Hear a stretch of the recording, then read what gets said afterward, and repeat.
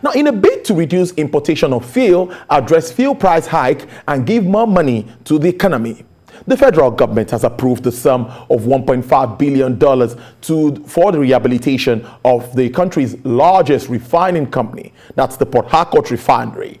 The Port Harcourt Refinery, which remains the largest refining company in Nigeria until the time the Dangote Refinery in Lagos will be activated, has the capacity to process 210 barrels per day.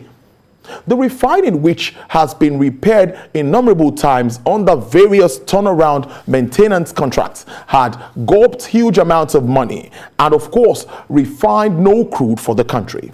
According to the Minister of State for Petroleum Resources, Mr. Temipre Silva, the rehabilitation will be done in 3 phases, 18, 24 and 44 months, and will address the problems of refinery maintenance, which has bedeviled the nation's 4 refineries over the years.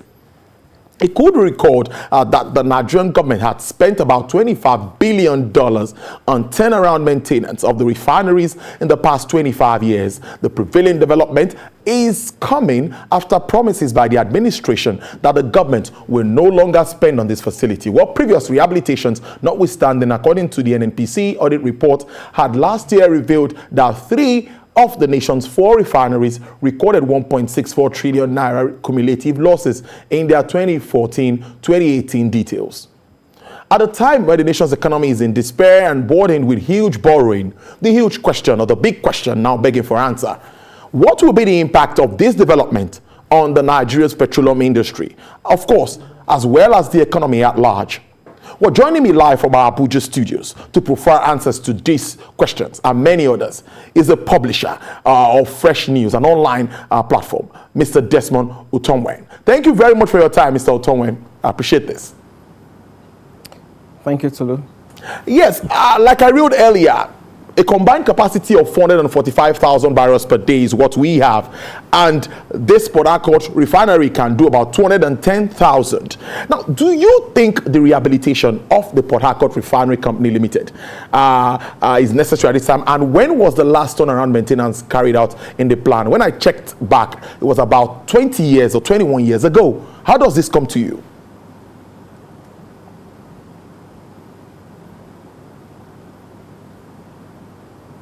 Okay. Oh, Mr. Utomwen, did you get my question?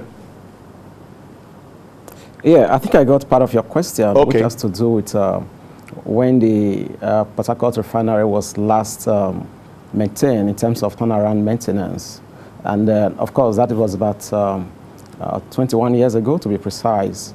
The year 2000 was when the last turnaround maintenance was done. Ideally, they are supposed to have this done about every 2 years. But it was not done, and you can only tell what that would have done to the refinery.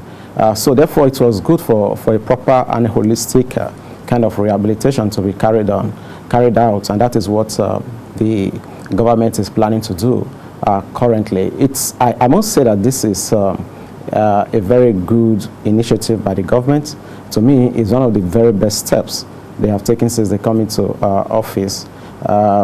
For a government that also promised that they were going to revamp all the refinery when they come to office to full optimal capacity. So it was expected that this should be done, and that is going to be done now is something that is worth commending. Let me follow up with arguments that we've seen all around in the media and everywhere.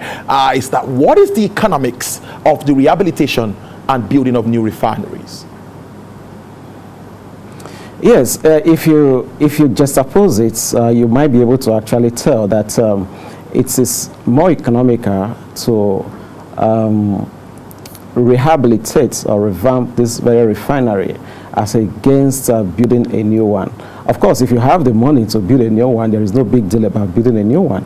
The more the merrier, they say. But if you also look at how much it will cost, this total rehabilitation is going to cost about $1.5 billion, like you already know. But if you were to build a new one, the cheapest you probably could have out there is about $12 billion.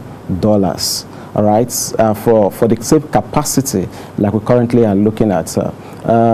A similar refinery was built somewhere in Brazil with about 230,000 barrels per day capacity. and it cost about $12 billion. So if you have to build a new one, you know how much you are going to invest in it. Dangote Refinery, like you also probably know, which is very close home, is about 650,000 capacity, and about $19 billion was budgeted for it.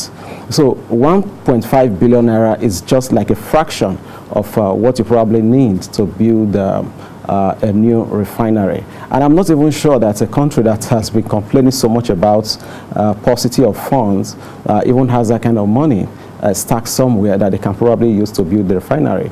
And in any case, building a refinery will also take a very long time. It's not something that you start and end in 1 year. True. It's not something that you start, and I totally agree, because I did that research too, and I checked all around and saw the figures coming in. Like Dangote Refinery, you definitely you're correct. About $19 billion is what is being budgeted for this. But I am also worried that our refineries are strategic assets supposed to be sold.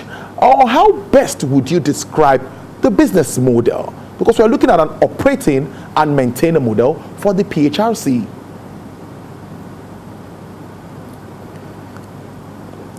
Okay, I'm losing signal with you. Maybe you have to let me just take that again. Let me take that again. Can you hear me now?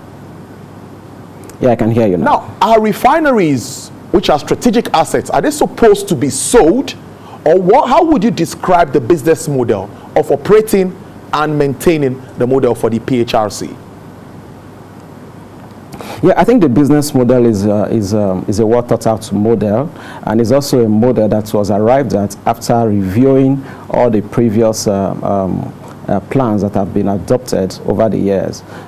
So the operate and maintain model will allow for the contractors to, at the end of the day, come up with pay back the money with which this rehabilitation is going to happen, going to cost, as a matter of fact, back to the creditors, which is going to be Afrexim Bank. Like you already know, they are putting down about $1 billion, while the government is sourcing the remaining $550 million.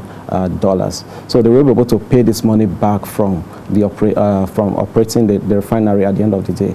And the refinery is also still owned 100% by the government. There is no joint venture or anything at the end of the day. So 100% it comes back to government after all of this has been done. What is the operation? Like I said, I think it's a very good is a good start for what the steps the government is taking as far as this is concerned. Been a good step. I will also follow up. What about the lenders you've identified? Afrexim Bank, about $1 billion will be from there, and of course, like you also talk, federal government would raise $550 million US for this. The builders, that's the contractors, are also been identified as being age long, that they've been on this. They're like the first 10 when you look at global engineering and procurement companies. Do you have any idea about this, and what sort of rehabilitation, what sort of change are you expecting? Let me put it that way. If this is to materialize, we're looking at 18 months for a start. I think 18, 24, and 44. So what do you see? What sort of progress do you see, medium, short, and long term? Yeah, it's expected to be in 3 phases. The first has to do with the 18 months. The second phase is going to be 24 and 44 months, like you rightly pointed it out. And the engineers at Technomont SPA, they've been described as one of the best in this business as an Italian company. And I think their pedigree also speak for them. So it's expected that at the end of the day, they will be able to do a very beautiful job on this. You see, another thing we also need to look at here is the fact that that Afrexim, the lender, is putting this kind of money into this venture. It shows that they have done their due diligence. As a bank, it is not usually very possible for them to put their money into a venture that they know at the end of the day will fail. This is not just a usual Nigerian thing. This is a well thought out plan that has good governance structure with the likes of the Ministry of Finance, the NAITI, Penga saying no peng, all parts of the governance structure of this. So we are expecting that at the end of the day, they will be able to have a better deal, different from all you probably must have seen before, which has led to the controversies that is currently raging in the country. Some people have also said that why don't we just sell this off, like you also rightly pointed out earlier, as against rehabilitating it. Nobody wants to sell, no country in the right senses wants to sell off all its strategic infrastructure out to the highest bidder just because people believe in this notion that government has no business in business. I don't think that is entirely true, because we have tested some of them in Nigeria, and we've come to also realize that at the end of the day, government does have business in business, because most of the assets, national assets that we have sold, we've not really come to the realization of the full benefits of them. And also to talk about energy security for the country. This is not just about providing, just privatizing. It's all about providing energy security. Is a major thing. Whereby you don't have energy security, you can throw the country into a total disaster. And I'm sure these are some of the things that the government has looked at critically, that they decided to take these very laudable steps at the moment. Indeed. On a lighter note, I thought about COVID-19 at the time where there was no movement, no importation. What if we couldn't import petroleum products into the country? What would have happened to Nigeria, Africa's most populous nation? You know? Yeah, that would have been a very big disaster, I must tell you. Like I said earlier on, just imagine with the lockdown globally, and we couldn't bring in import fuel into the country. It would have been a very big disaster, really, because Nigeria is like the only country in the whole wide world that is producing crude oil, which yield hydrocarbon resources in the country, yet we are importing the refined products. I mean, that is so paradoxical that you wouldn't want to happen in I'm not sure it can ever happen in any other parts of the world, as it's also not currently happening. So you really wonder, why are we doing this to ourselves? So I think it is a very good step. I have said that, and I will keep repeating it, that we are doing this. If you look at what we also suffer with the Naira currently, that will also tell you that if we don't fix the refineries today, we are going to keep having problems with the devaluation of Naira. I have checked the import basket of Nigeria. I realized that of about $49 billion import that we had in 2020, more than 10 billion of it was for refined products alone. What that tells you is that we largely imports refined products, and it mounts so much pressure on the foreign exchange of the country. And because we have to defend the Naira always, you realize that we keep having challenges with our foreign exchange, foreign reserve, and at the end of the day, the Naira also keeps dropping value. So we have to take this very strategic action, and it will solve so many other problems. Of course, it's going to solve the problem of subsidy, because if you don't fix the refinery, definitely you have to subsidize the commodity, the product, for the consumption of Nigeria. Without subsidy, Nigerians are going to be paid nothing less than 212 Naira. We've seen that happen just in the previous week, whereby the figure was put out there, and the kind of panic that greeted the entire country. If not for the intervention of the NNPC, that there wasn't going to be any increase in fuel price, pump price at the moment. So if we don't fix the refinery, we are going to keep subsidizing. The option to not subsidizing is for Nigerians to pay more, and I'm not sure we should subject Nigerians to these harrowing experiences. They have suffered pain already, trying to pay for the prevailing market price. But of course, government has still waded in over the years, even though there is a regulation.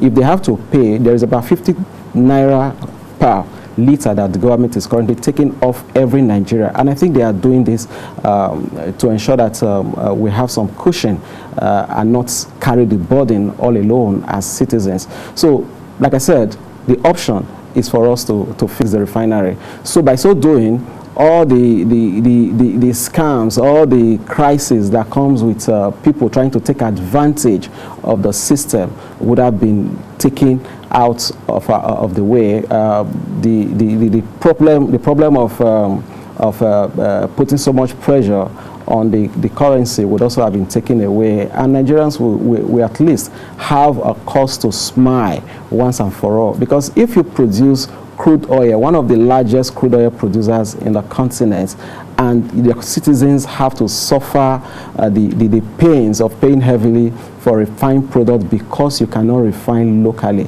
I mean, that is a very, very big problem. Another benefit of this is that we have good jobs provided for Nigerians. We are talking about job creation every time, talking about job losses and all that. With the refineries working, definitely the jobs will be retained and more will be created along the value chain. Even with this rehabilitation alone, we're already expecting that so many people will have to benefit in the course of this rehabilitation. So I can tell you that the benefits are just enormous, and that is one reason I personally have to come out and just say that I think the government has taken one of the very best steps since they came into power. Mr. Utomwen, you just answered my next question. I was going to ask you about the economic benefits, but that's good. At least you highlighted that just earlier. But I'm also worried you identified some people have some interest in all of this. Maybe those that have been enjoying from the largesse in importation and all of that. You know, I'm also worried. Would this be end to business as usual? Yeah, definitely. Like I said a moment ago, this will end all of those business as usual, what people usually think that they could take advantage of the system. With the functional refineries, you don't need to import. People do not have to come and claim those largesse like we've seen. In the previous years, before this administration, you know what happened. Not less than about $6 billion was said to have been paid in subsidy that were not very done in the best. I mean, they were not even done in the best interest of Nigerians. So we don't need to even start arguing that. And we saw all that happen that very period. So for that very reason, taking this very step, we help sanitize all of those problems that we subject the country to. And I can't just stop saying this. When I heard the news, when the Minister of Petroleum, State Petroleum, announced this thing after the FEC meeting that very day, I just jumped up and I was very happy. Why has the government not done this? Thank God they are doing it now. Because at the end of the day, that would have solved so many other problems. Imagine how much will be freed from the subsidy, or rather, or the differentials that is being paid today, that will now be deployed into concrete development of the country.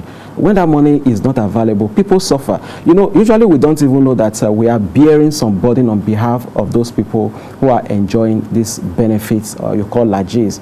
But when government is now able to get this done, so much funds will be freed for better development of the country. You can deploy this money to schools, you can deploy money to healthcare development, you can deploy them to even financing agriculture, so that we can also be talking about food security and all that. So there's so much benefit in this rehabilitation. And I'm expecting that the government, like it has promised, will also move into the two other refineries, the Warri and the Kaduna refineries, before the end of this administration. I thought about that while you were talking, Mr. Utomwen, because it sounds very interesting. But that will be very capital intensive. I'm just thinking, well, let's see how that plays out. But let me follow up almost finally now. We talked about the model earlier. That's the operate and maintain, O&M model. Can you tell us more about what this means and what positives this holds for us? And also more light on that approach that is really different this time that you think would make PHRC work? Yeah, sorry, I lost connection a bit. Okay, I was talking about the O&M. That's the operate and maintain model. Yeah. Take us through how good or positive that is, and also this approach that you think is really different. Will it make PHRC work in your terms? Yeah, Yes, it definitely will make it work because, like I earlier said, this involves, it has a good governance structure, and with the OLM model, which is also different from whatever model that has been adopted previously, it allows for the contractors to take full charge of everything that is going to happen with the rehabilitation. They're also going to be able to generate the fund, all right, from which the margin they'll be able to pay back this debt that has been collected. So it actually does not put any burden on the state funds, apart from the $550 million that the government is going to put into it, which I'm sure at the end of the day they will also be able to pay back. So while they are paying back Afri-Exim Bank, which is a lender, they are also generating so much fund to also pay back to government the money that has been that government is also putting into it. And I'm sure the time frame will be defined as we move into the whole of this. Well, it's a good way to leave it. Thank you so much for your time. Publisher Fresh News, Mr. Desmond Utomwen. I really appreciate this. Thank you very much for making your position known on this very important topic of discuss. Thank you very much, Tolu. It's a pleasure, and we hope to see this work and for the interest of all Nigerians. Indeed, and we'll keep a tab. We'll keep monitoring this. I will also have you in again to talk more about this as this plays out. Thank you again.